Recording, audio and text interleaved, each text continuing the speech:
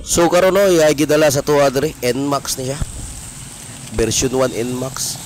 So issue day nato ani ang kusog kayong vibration niya.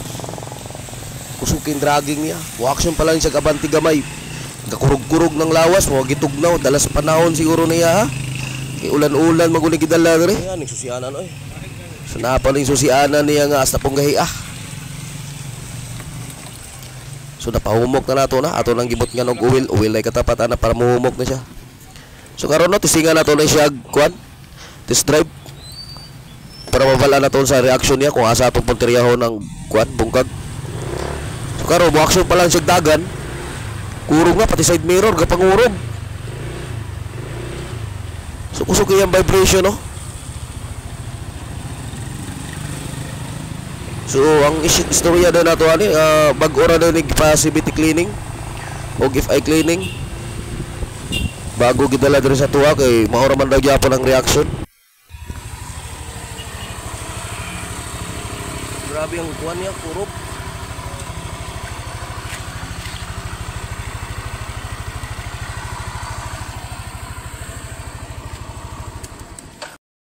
So mao na tong NMAX no.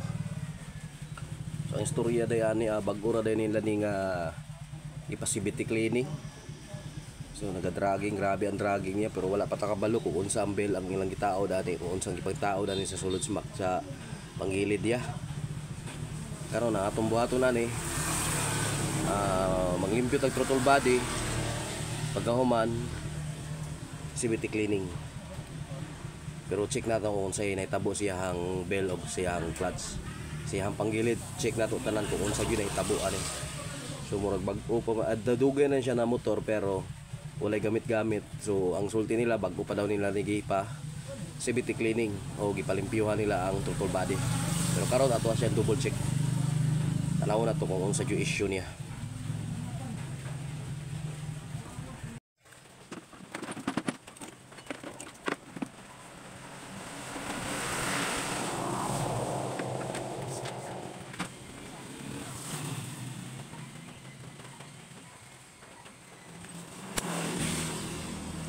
So bag-ura na ini siya gibuak no. Ibungkag na yung ulo ano. Nakita na ito niya. Siya agi.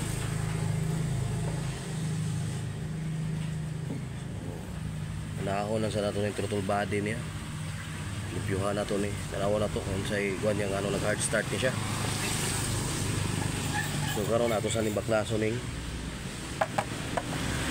panggilid.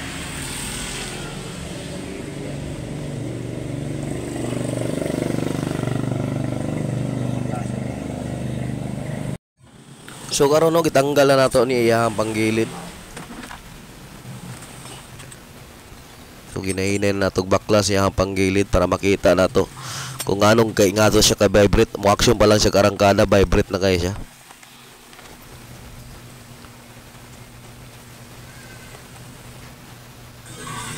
So mo na ni iyang panggilid no. So kita nato diri.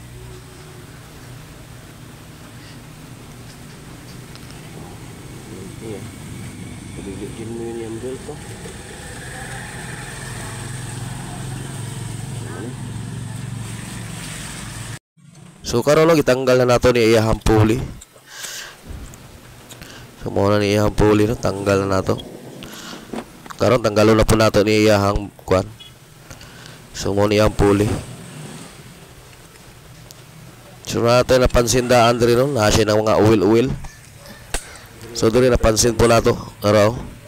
So na problema ang iyang oil cell. Nanggawas ang oil sa iyang makina. Naka-groove.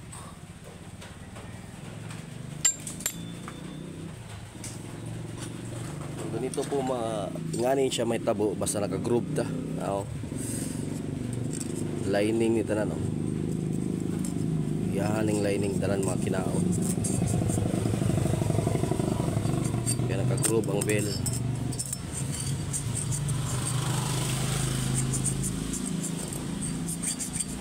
Mantog siya kurog guys siya, dragging siya maayo. Diba? Pansin niyo.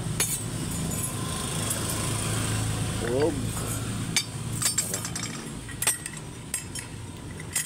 Tayo pansin sa sulod. So nirelease siya, no? Wala na circlip na nabili na ni. So haros tong circlip niya, wala na yung nabilin. Huwag po tayo napansin na nakatagak circlip. Amot lang kung yun sa nila pagkatrabaho ni. Pati oil seal niya ni gawas. Tanggal na ito yung clutch. Sara, ibigay gid siya.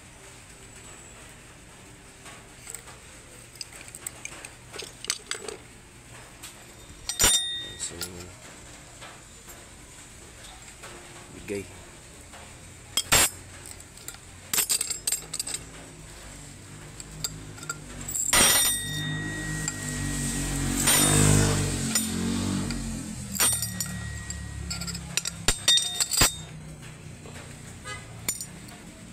So kanang mga bulitas niya diri na. Yung roller the roller. Kanilang kang kuan kay lupa juga yun.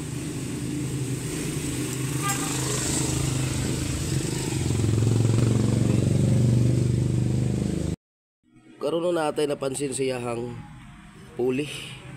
So wala siyang mga o-ring. So karon nagpapalit ta siyahag mga o-ring. O-ring, oil seal, dira. Kapali. Circlip para dire. Circlip lock, tulo ni kabuok. Nya. O-ring para dire. Circlip man eh. Sunod kani gear oil. So karon buuhon na nato ni.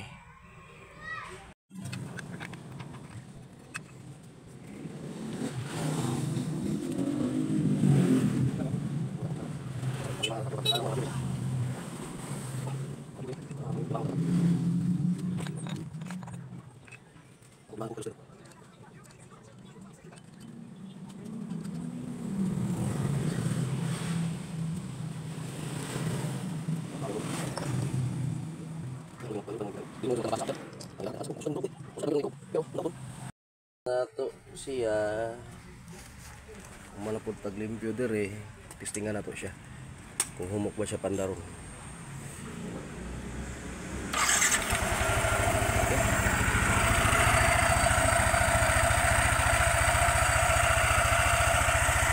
Natawag na natin cover ano.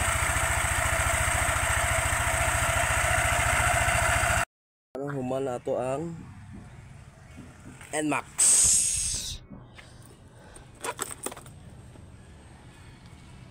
So atong start, kung hard start lang yapon, andar din siya, no? Pero atong padaganon kung patesting na ito sa tagiya, kung mag-dragging yapon siya. Sige. Wala ba kung ipakitin mo, no?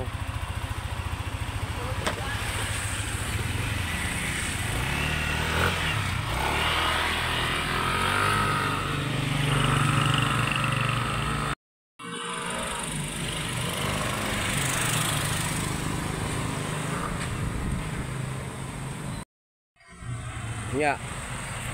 Okay na. Dapat singat ako.